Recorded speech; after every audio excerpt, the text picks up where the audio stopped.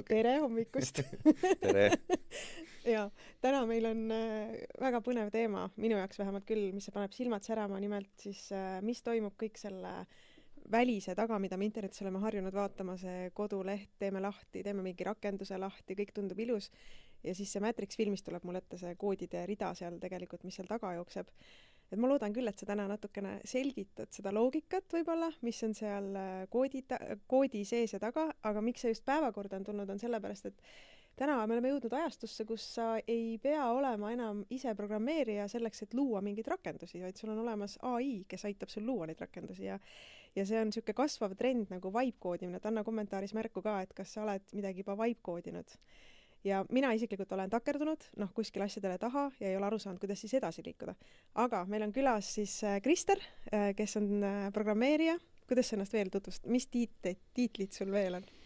Ma ütlen, ma olen ettevõtte programmeerija ja tegelikult mu ajalugu näitab seda, et ma lihtsalt ettevõtlusest põhimõtteliselt oskan kõik, olen neid müüki ja turundust ja mida kõike vaja, et ettevõtte jookseks. See tegelikult annab nii suure nagu plussi, sest ma olen suhelnud ka arendajatega niimoodi, et nad räägivad, ma ei saa mitte midagi aru, mis nad räägivad.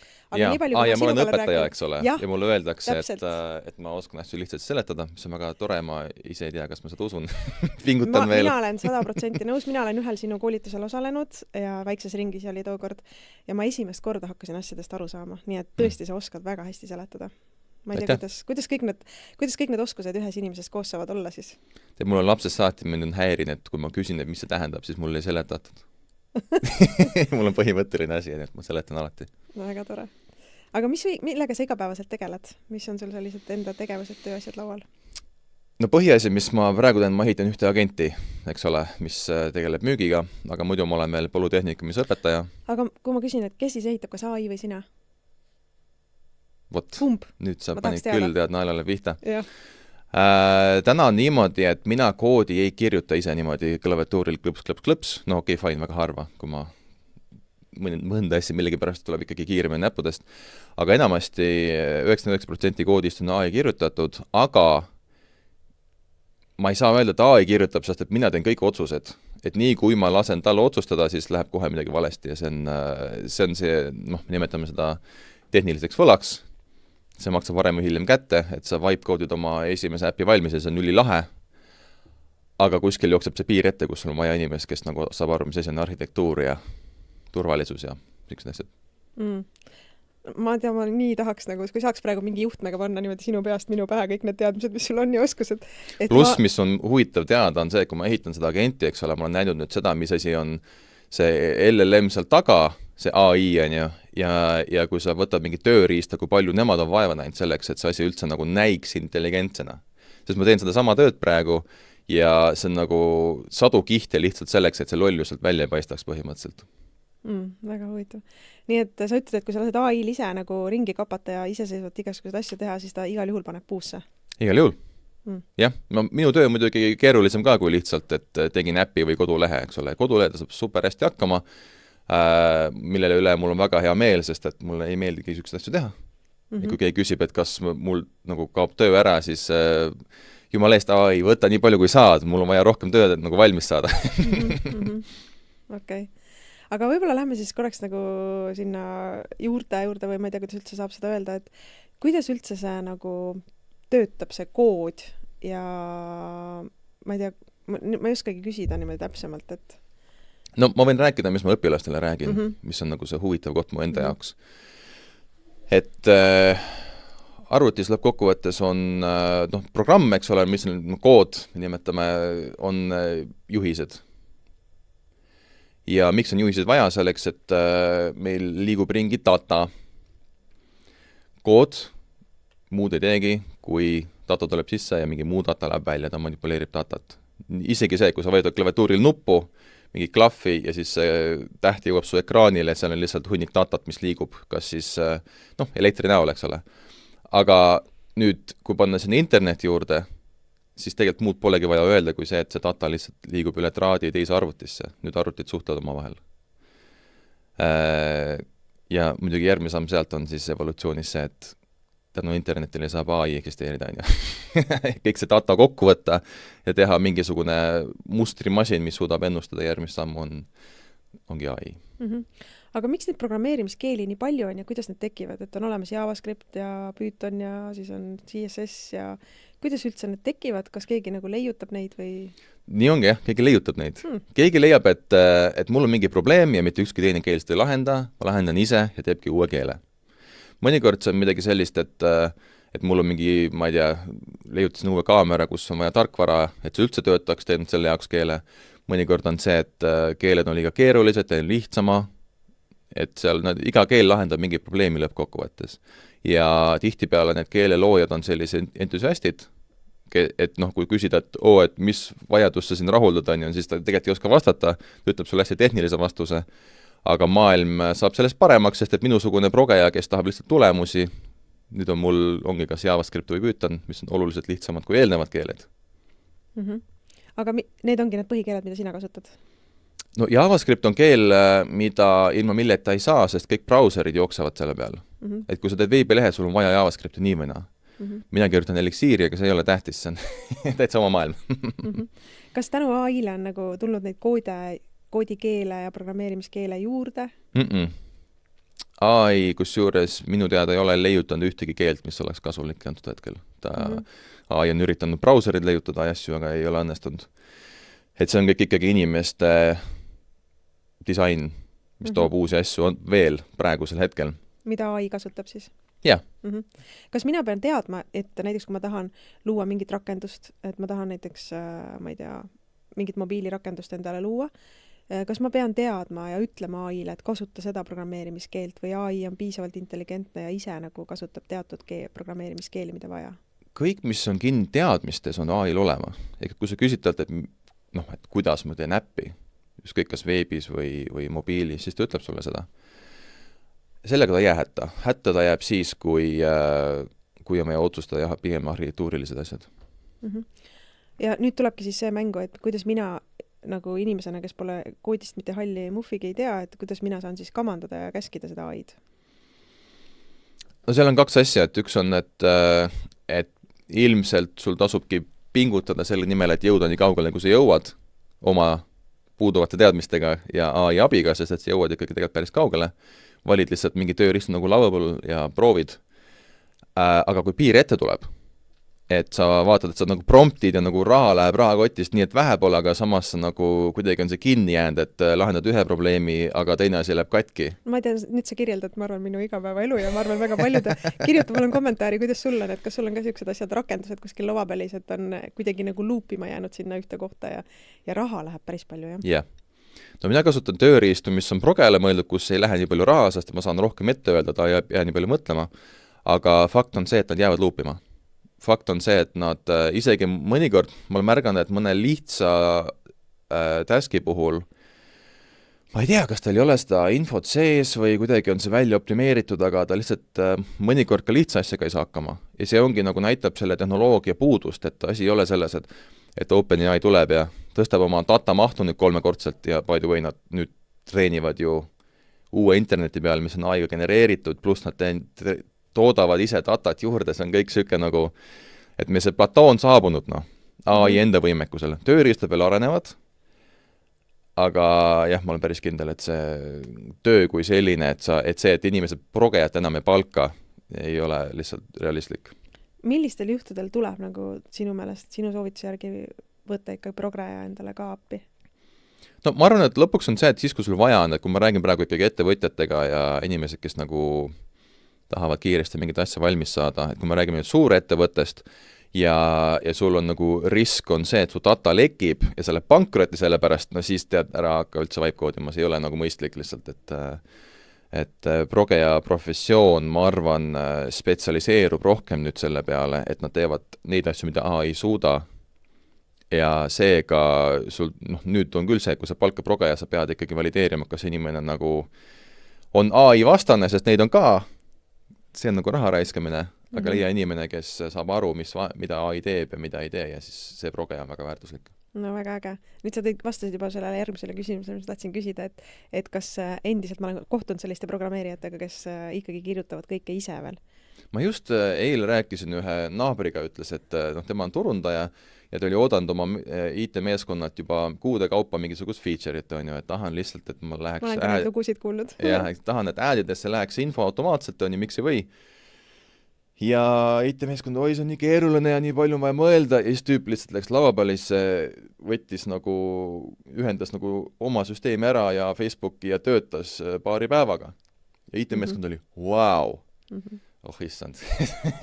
Et me oleme natuke nagu selles metsikus lääses ja üleminekufaasis veel arvatavasti selles osas. Jaa, et mõni veel, jah, et ütleme nii, et minu arust küll, et need progejad, kes praegu ei uuri seda maastikku, et mis meie rollist saab, kuhu ta edasi spetsialiseerub, et nad jäävad lihtsalt rongist maha.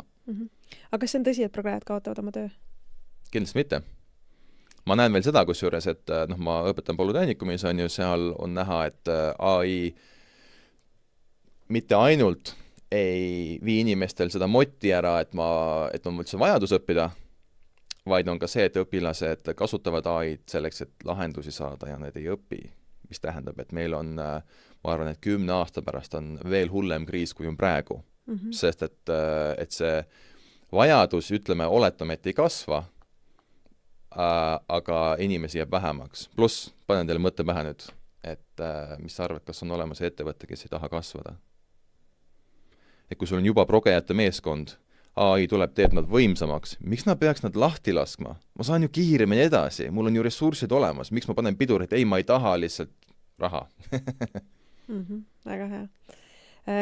Sellesama teemaga on ju, et mis sa ütlesid praegu, et inimesed ei taha õppida ja kuidas inimesed on nagu siis laisaks muutunud, ajud on natuke laisaks muutunud ja nooremal põlvkonnal tõenäoliselt veel rohkem. Et nüüd tulebki mängu siis on ju vibe-koodimisel see turvariskid, et ma olen kuulnud lugusid, kus inimesed on pannud oma krediitkaardi sisse, siis on neil üleöö mingisugused mitmesaja eurosed arved tekkinud, siis on arvatavasti mingid API-võtmed kuskil rändama läinud, kliendi andmed kuskile rändama läinud, et tõenäoliselt kasvab ka nende inimeste hulk programmeerijate, kes tunnevad koodi, aga kes on siis need paha poole peal, on ju need häkkijad seal ja kes saavad väga hästi ligi nüüd tänu nendele vibe-kooditud tööriistadele, mida tegelikult meie ei oska vibe-koodijad siis üldse kontrollida, et kui suurt ohtu sa selles näed ja kas sa näed mingit rohtu ka selles? Ma lihtsalt see nüanss on minu arust hästi huvitav, et nüüd, kui see AI on meil nagu siin platsis, eks ole, et just nüüd on käinud internet maas paar korda. Just nüüd oli LHV-l probleem, et nad panid minu kontole valed kanded. Just nüüd. Ma ei ole kuulnud sükest asja varem, aga nüüd juhtus on ja nad ei ütle, et AI sul kuskil seotud on. Aga ma ei tea. Sest fakt on, ma olen enda puhul ka märganud seda, et kui ma ikkagi lasen AI-l kirjutada, siis on ikka suur pingutus on see kood üle lugeda. Ehk siis, kui ma praegu keegi tuleb mu juurde, mul on vaja nagu täielikult stabiilset ja turvalist äppi, tead, ma ütlen asjus kohe ausalt, et siis ma panen AI kõrvale ja teen selle kõik käsitsi ära, sest et see on ainus viis. Nii, mis küsimus oli? Mis see roht on, et kas me üldse nagu vibe-koodimine on üldse hea asi ja hea suund üldse või teeb maailma nagu veel ohtlikumaks? Ja ma arvan, et need tööriistad peavad lihtsalt järgi jõudma. Sest nagu statistiliselt praegu läbi aegade kõige populaarsem turvaviga, mis on üldse olnud, on selline viga, kus läbi sinu rakenduse on häkkeril võimalik su andmebaasi ligi saada. See on SQL injection, kui tahad guugeldada. Ja need on tõusnud AI tulekuga, sest et nagu vibe-koodi ei tee vahet, mis on turvaviga, mis mitte, progeja näeb seda ja silmad hakkavad verd jooksma, sest et see on nii silmnähtav, on ju. Ja siis tööriist nagu Lovable, mis nad teevad, on see, et nad sisuliselt panevad ühe prompti juurde ja küsivad, et kuule, et kas siin on turvaviga? Ja siis on meil progejate ühiskonnas on niisugune nali, et kuule, aga kui sa vibe-koodid on ju, et siis ütle AI-le, et ära turvavigu tee. Ja siis on kõik lahendatud. Tahaks küll nii. Ja siis vibe-koodijad tulevad, aga ma siis lihtsalt küsin veel nagu teise mudeli käest üle, et ei oleks turvaviga, siis on kõik hästi, on ju. See on kõik väga tore, aga sa pead arvestama, et AI on 99% alati tõene. Ja sellest 1% piisab, et kui sul on piisavalt riski, et kui sul see asi katki läheb, ma ei tea, lekivad või keegi võtab sul selle veebilehe üle, mida iganes, kui sul see risk on suur, siis sa pead arvestama, et see on ka üsna tõenäoline, kui sa oled vibe-kood nüüd valmis. See ei lähe ära. Kuidas päriselt turvalist asja teha, lõpuks on see, et keegi peab selle üle lugema. et nagu küsi mõnelt turvaeksperdilt, et kui palju äppe tema on vibe koodinud, niimoodi, et üle vaata, on ju. Jaa. Ma julgustan tõesti, et küsi praegu väga hea võimalus sul küsida. Ma näen neid kommentaare siit samast telefonist ja siis saan sinu küsimused edastada. Anuga poolt on näiteks üks küsimus. Kas Lovable hoiatab ka turvavigade eest? Kas need pole siis piisavad? Ma tean, et Lovable hoiatab turvavigade eest, et fiksi ära see ja fiksi ära teine, et kas sellest ei piisa? Kui sellest piisaks, siis meil ei oleks turvavigu. Peab arvestama, et lõppkokkuvõttes me oleme juba nii kaua, kui on eksisteerinud internet ja mõnes mõttes kauemgi, me oleme tegelenud turvavigadega. Me oleme parandanud neid juba kogu IT-ajalugu, on ju. Nad ei ole ära kadunud sellepärast, et tarkvara ongi keeruline.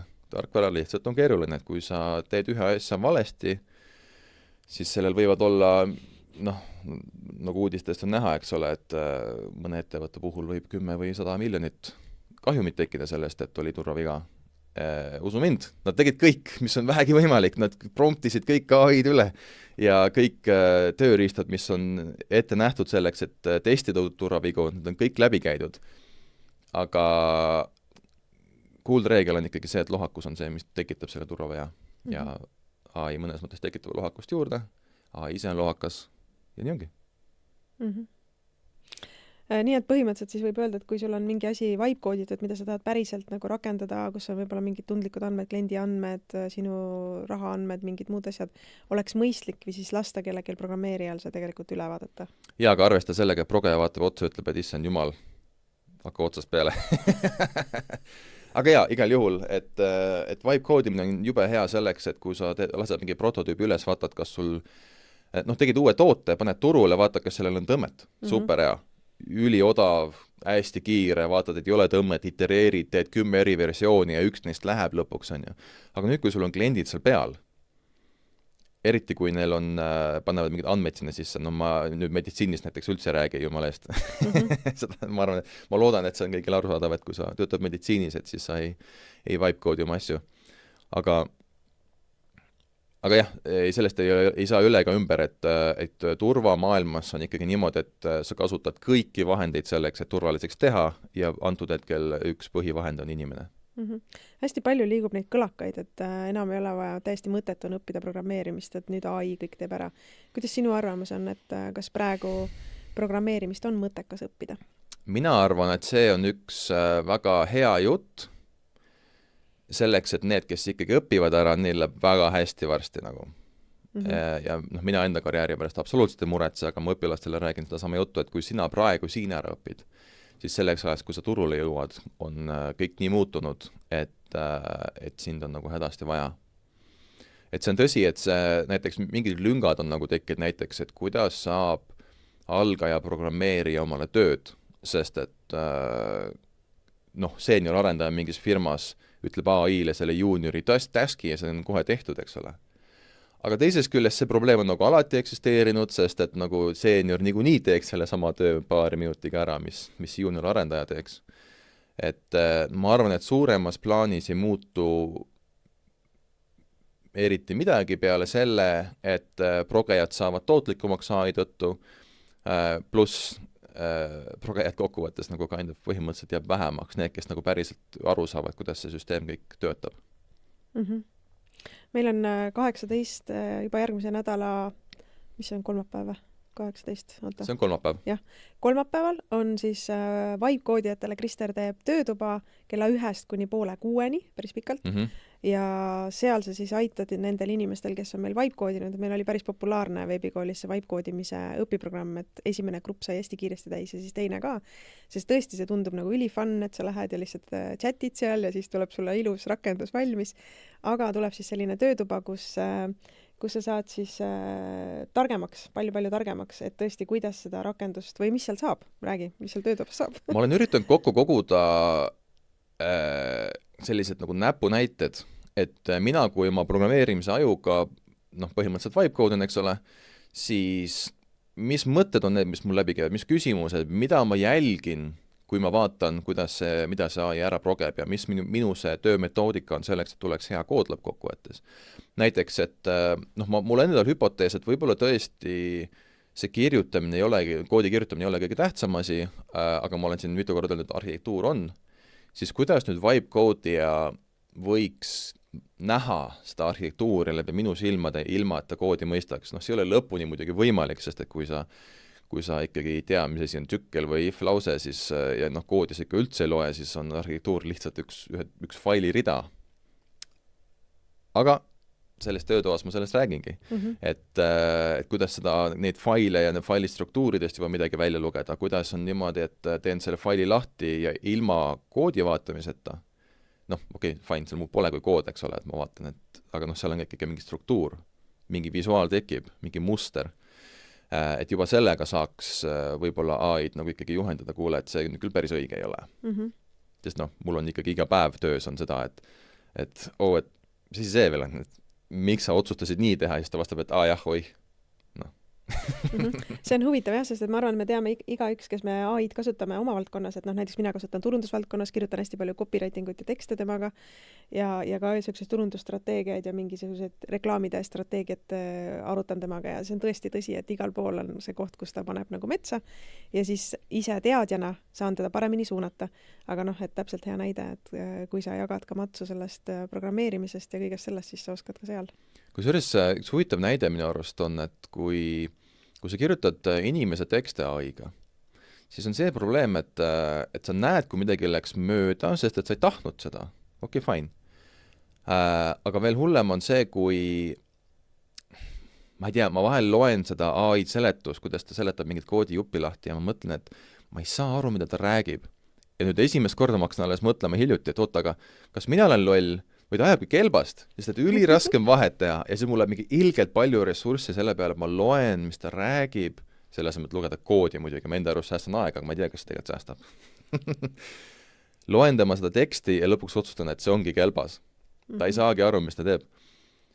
Aga mõtle, kui see, noh, et AI on ju treenitud inimeste jutu peale ja ta oskab inimeste juttu kirjutada ja kui ta seda ei tee, fantastiliselt hästi alati. Nüüd võtad programmeerimise, mis on nagu must-valge loogika. Ja kui ta jõuab nii kaugele, et ta teeb töötava koodi, selles mõttes, et seal üldse käima läheb, see on väga hea, aga kas ta teeb seda, mida ta peab tegema näiliselt või tegelikult? On kaks täiesti eri asja. Väga huvitav. Siin on 2 küsimust tekkinud juurde ja see on nii tore, et küsige veel, sest praegu ongi see hea aeg. See on kõige põnevam. Jah, see on kõige põnevam. Krista küsib, et tundub, et turul on tekkinud siis vajadus, et need vibe-koodijad on jõudnud sinna maani, et nüüd oleks vaja kedagi, kes üle vaatab. Kas sina ka pakud sellist teenust? Jah, muidugi. Hea meelega. Vabalt.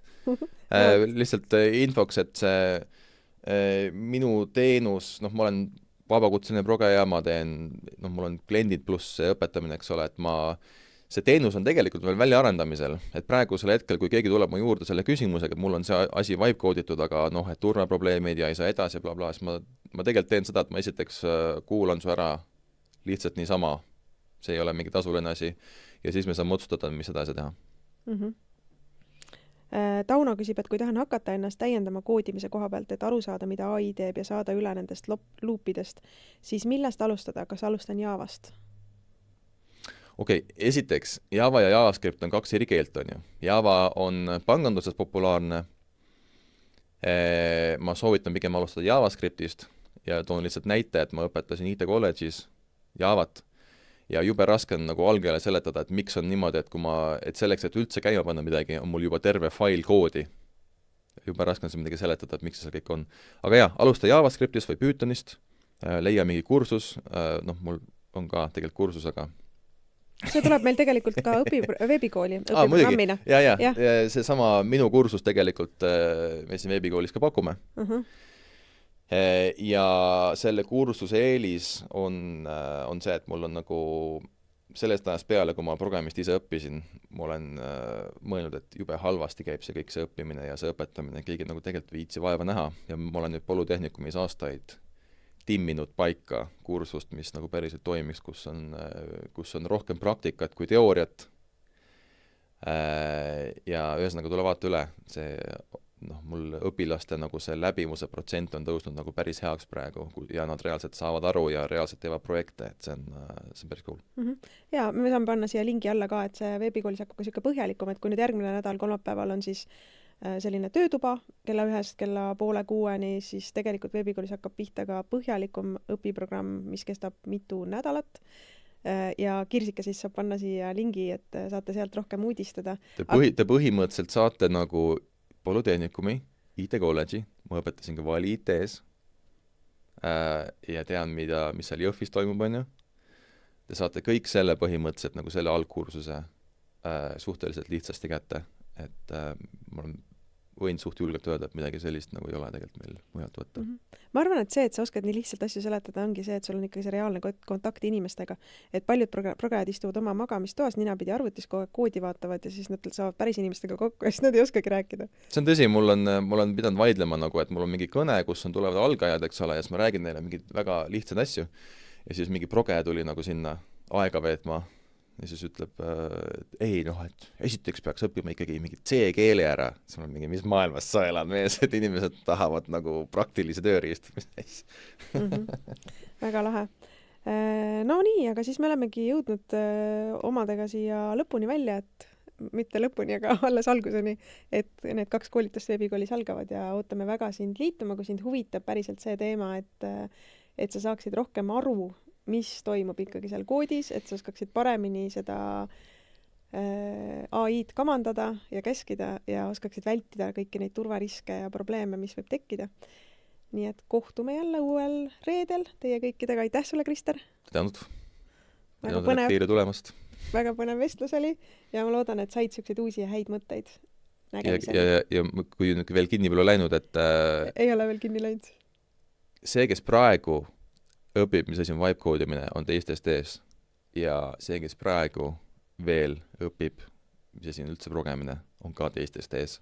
Täiega äge. Ja nüüd sa võtsid selle teemale, ma nägin ühte halli sellist või ruudukest, et kui palju inimesi tegelikult praegu nagu ikkagi AI-ga kokku puutuvad, see oli hästi väike osa tegelikult kogu maailmast.